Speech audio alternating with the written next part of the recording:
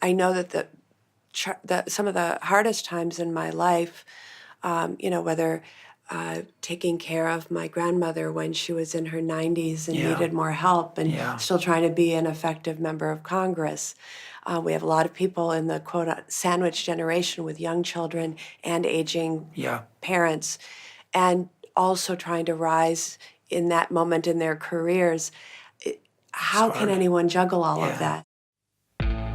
One of the lessons I've learned in martial arts is that standing still is asking to be hit. If you stand still in business, your competition is going to catch up.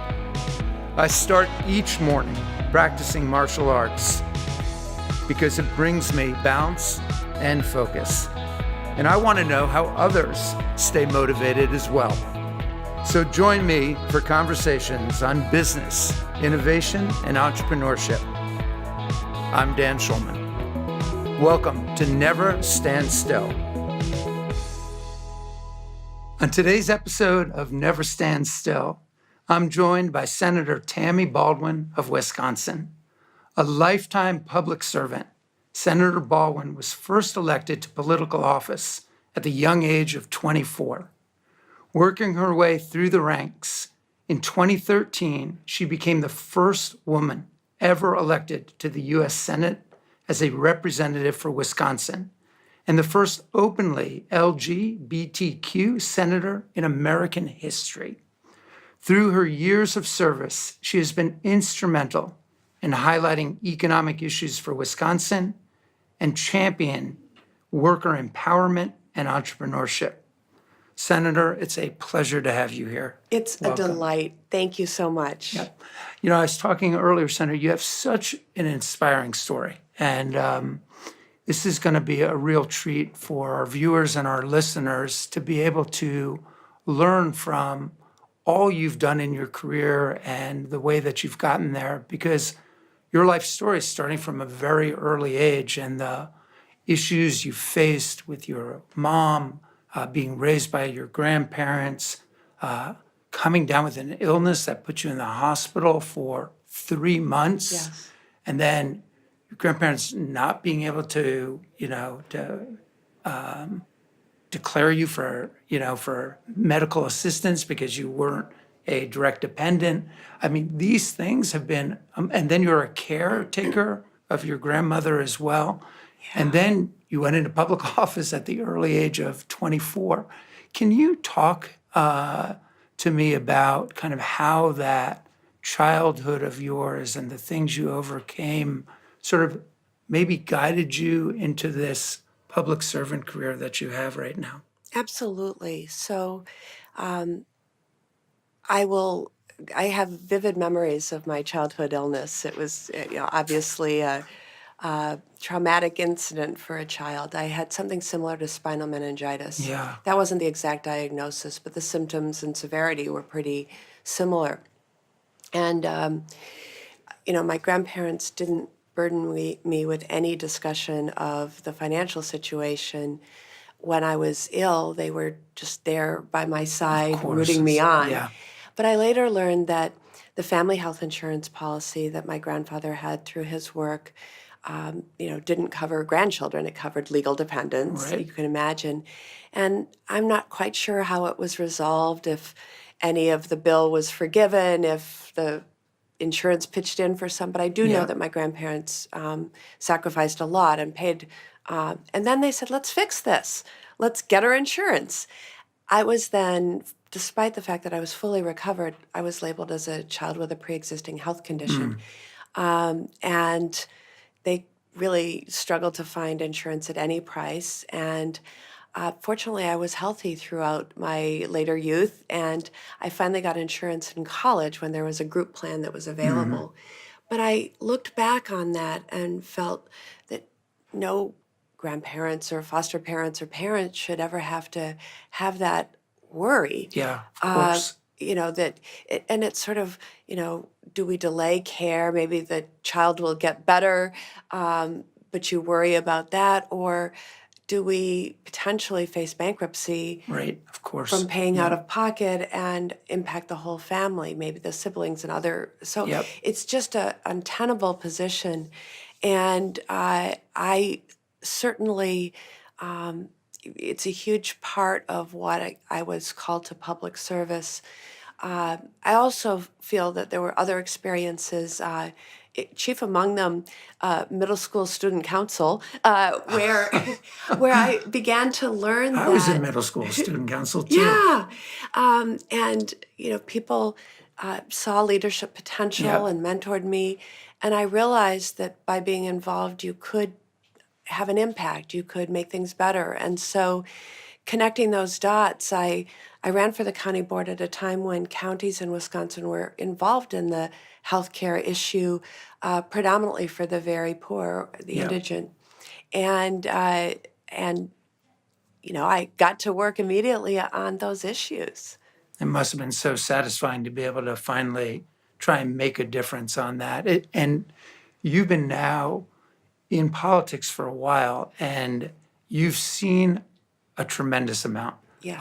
You've seen kind of how our system has evolved, probably in some good ways and probably in some ways that were unforeseen.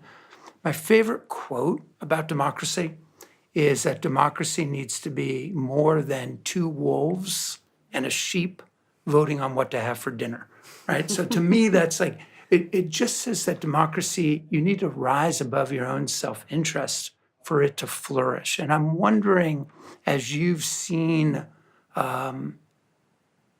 these various twists and turns along the way, what's changed along the way? Where are we right now within, as you look at our political system? Oh boy, so much has changed Yeah. on so many different dimensions. But if I sort of take what I've seen in the bodies that I've served in, we have slowly become more diverse in the legislative bodies that I've served in. Yeah. And you're talking about, two wolves and a sheep. Yeah. What's really helpful is that as legislative bodies become more reflective of their constituencies, you have more voices at the table. Yep. And there's lots of political expressions about why a seat at the table is important. But I would say predominantly because we bring our life experiences with us. So I'm informed by my childhood illness and my family's struggles around that. I'm informed by life as a young woman growing up at a time when women were becoming much more visible in positions of leadership. I will still never forget watching Geraldine Ferraro accept the nomination. That was the year I graduated from college. And so it was a big deal. I had yet to land my first job, and there she was taking the stage at the convention to make her speech. And I thought to myself, I can do anything. There's, the sky's the limit. Right. And so we have, as we become more diverse in business, in politics, we bring our life experiences, but we also become role models for others to look to say, a young person saying, well, maybe I could do that. Or maybe I'm more powerful than I think. Yeah. Well, I think my favorite saying around diversity is that diversity is a fact, but inclusion is a choice. And I think that we still have such a long way to go before we're really inclusive. I think that's true in the political arena. I think that's definitely true in the business arena. And I think it's a bit of a shame because I think the more diverse and inclusive a team is, the better they perform. Because to your point, they reflect, your constituency. For businesses, that would be the customers you're serving. Absolutely. In politics, it's your constituents that you're trying to serve. You just have a better level of empathy. How do you think we get to a place that is more inclusive in the political realm? Because I think we've made a lot of great strides, but I feel like there's so much more that we can still do. Yes.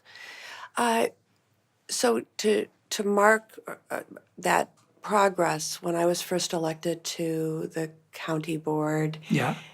in 1986, there were probably a couple dozen openly LGBTQ elected officials in the world. I know that there was Interesting. Yeah. there was an annual meeting that was started a year before I was first elected to office, so that people could get together and collaborate and share best practices and how to make legislative progress on LGBTQ civil rights issues and fight discrimination. And that first conference that I got to attend in 1986 had, I think, 14 participants, and then we were trying to count all of the folks who So we had interesting. heard about but Wow. weren't able to Yeah, make the yeah. trip. And it included one member of the British Parliament, so we called ourselves an international conference of 14 people. Today, that same group meets still annually, and it's several hundred. But boy, if you think about how many political elective offices there are, it's in the tens of thousands, so Sure. nowhere close to representative. As we look at the issues we made progress on, I think about your comments in terms of businesses purposefully becoming inclusive. Sometimes we've seen policy progress go more rapidly in the business sector, Yeah. and then we'll take some leaps forward in in government, and then they'll come to a halt, and we'll see again business informing political leaders of what should be done and what's good for America and what's good for our economy. And as we, for example, strive to pass the Equality Act, which would provide protections on the basis of sexual orientation and gender identity in employment, housing, public accommodations, education, et cetera.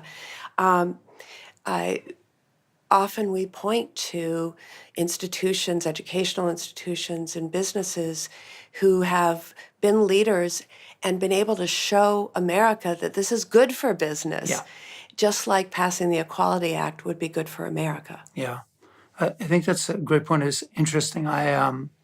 You probably know when HB2, House Bill 2 in North Carolina, was passed, we were about to open a pretty major operations center in Charlotte, employing more than 400 people. And when that bill was passed, we withdrew because we just couldn't. Like, part of our values are about inclusion. We have an expansive mission to democratize financial services, and it just was just anathema to what we stood for. And I really feel like values can't hang on a wall; you have to act on them.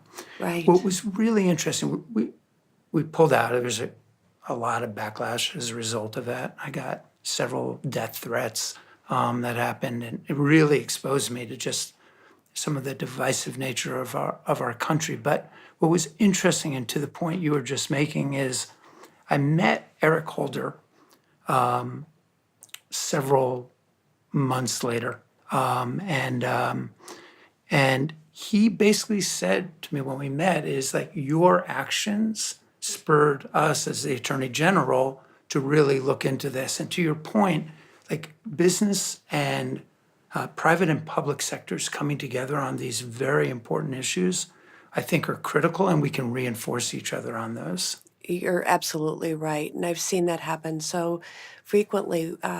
When I previously served in the House of Representatives, oftentimes we were fighting defensive battles, not necessarily introducing new legislation and pushing it forward, but just as you describe HB2, there were fights like that in the Congress of the United States. But Yeah. to be able to go to a member who wasn't inclined at first to do the right thing and cite all the businesses in their districts that had, Yeah.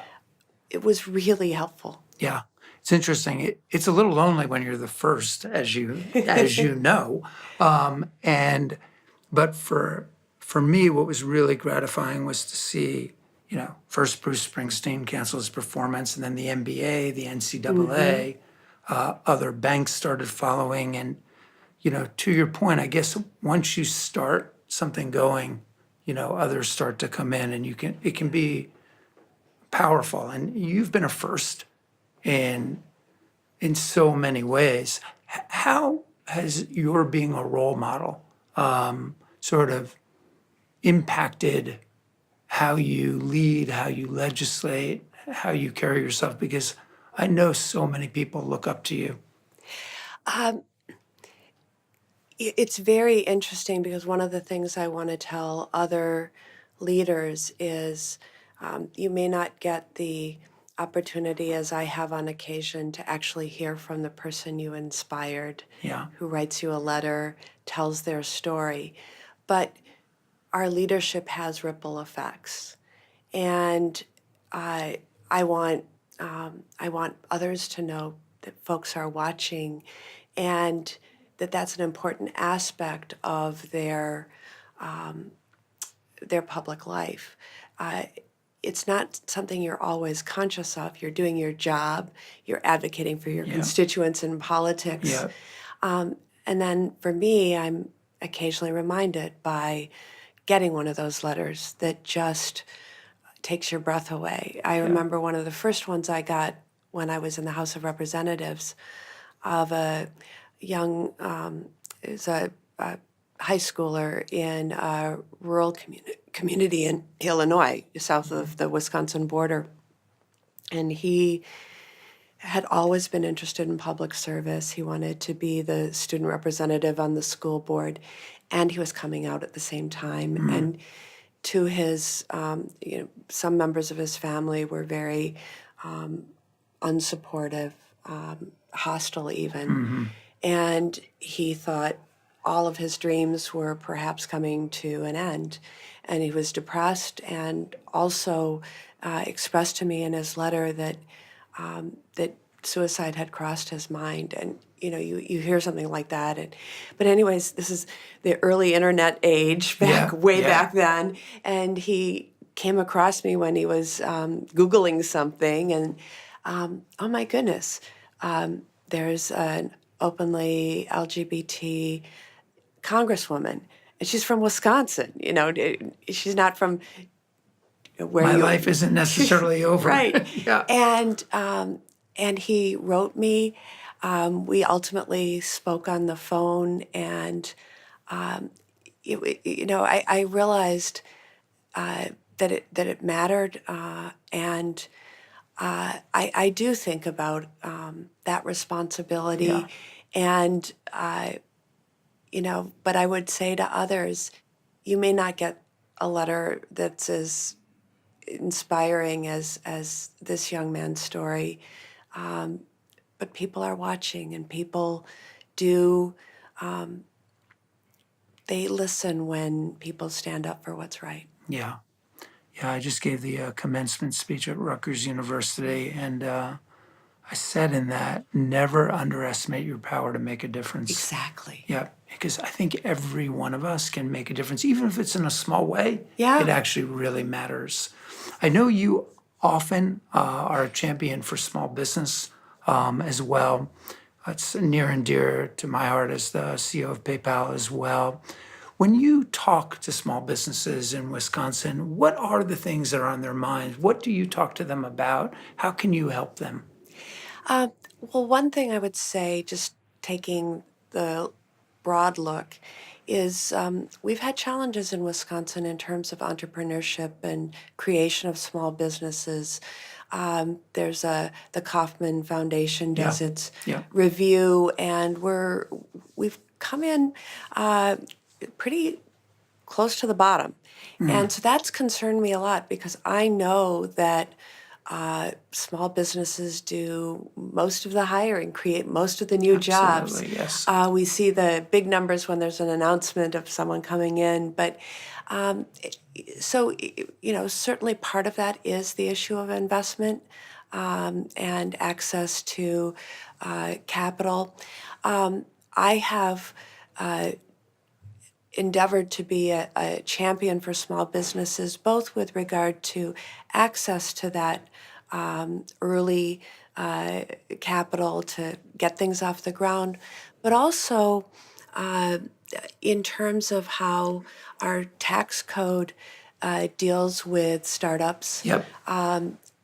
Championing the idea that a lot of folks put a whole bunch of investment in prior to opening the door for business or commercializing their invention, their product, and we need to recognize that in our tax code, especially we have to reward hard work as much as we do wealth in our Yeah. current Yeah.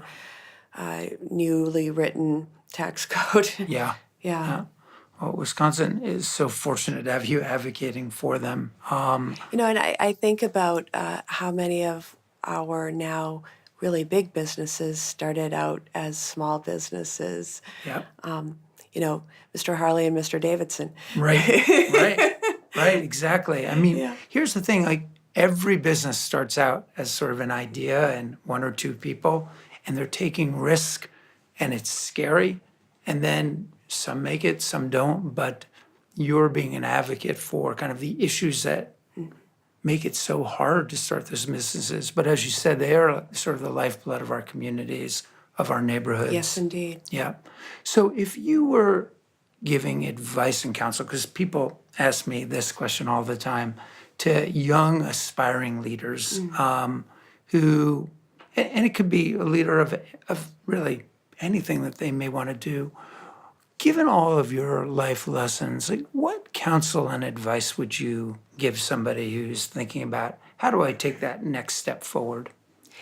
So the simplest piece of it is just do it, Yeah. right? I told you about my earliest memories of being interested in public service date Yeah. back to middle school.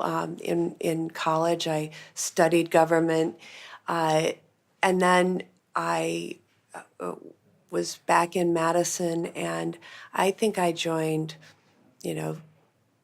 4 or 5 advocacy organizations.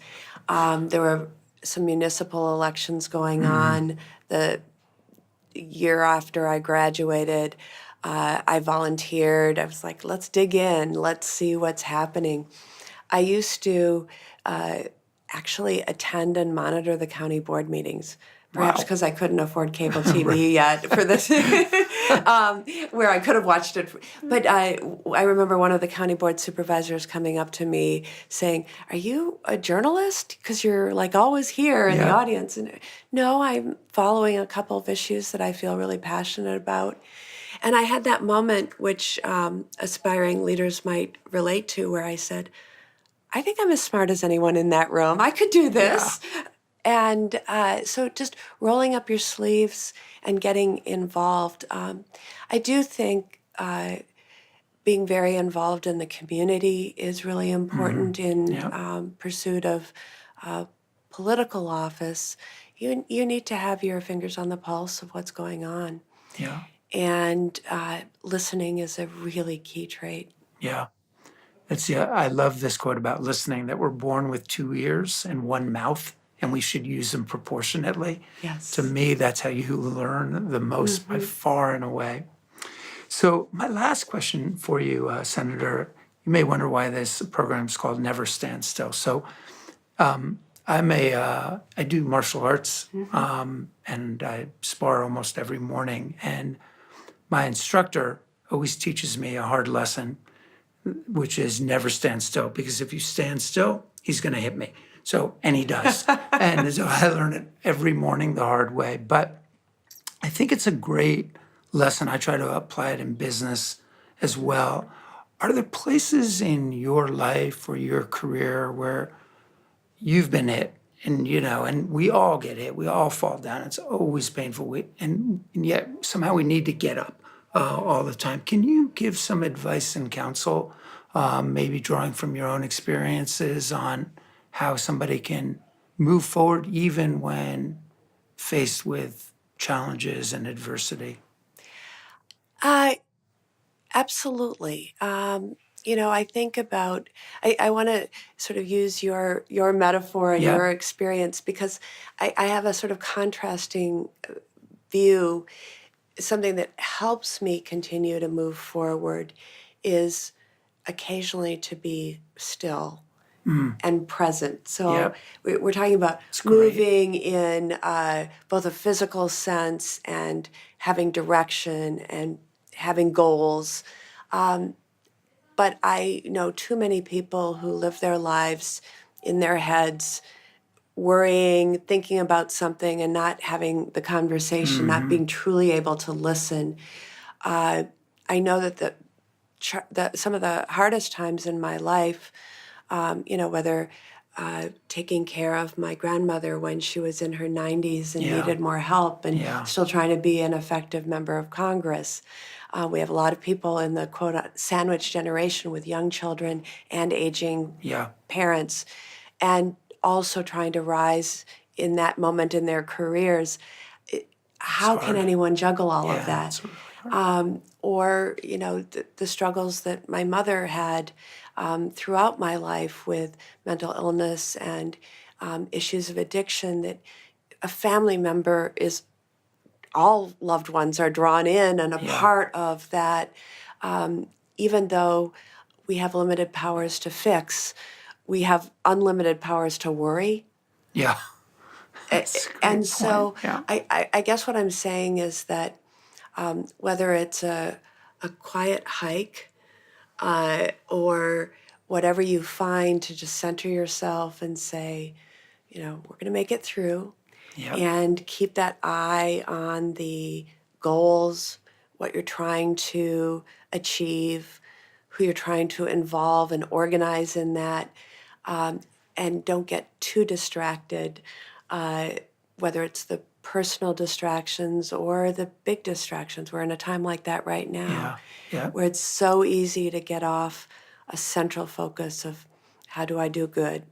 How do I keep these goals? How do I listen? Yeah. Senator Baldwin, thank you so much for being on the show. That was Pleasure. great advice and counsel, and I really enjoyed it. Thank you. Thank you.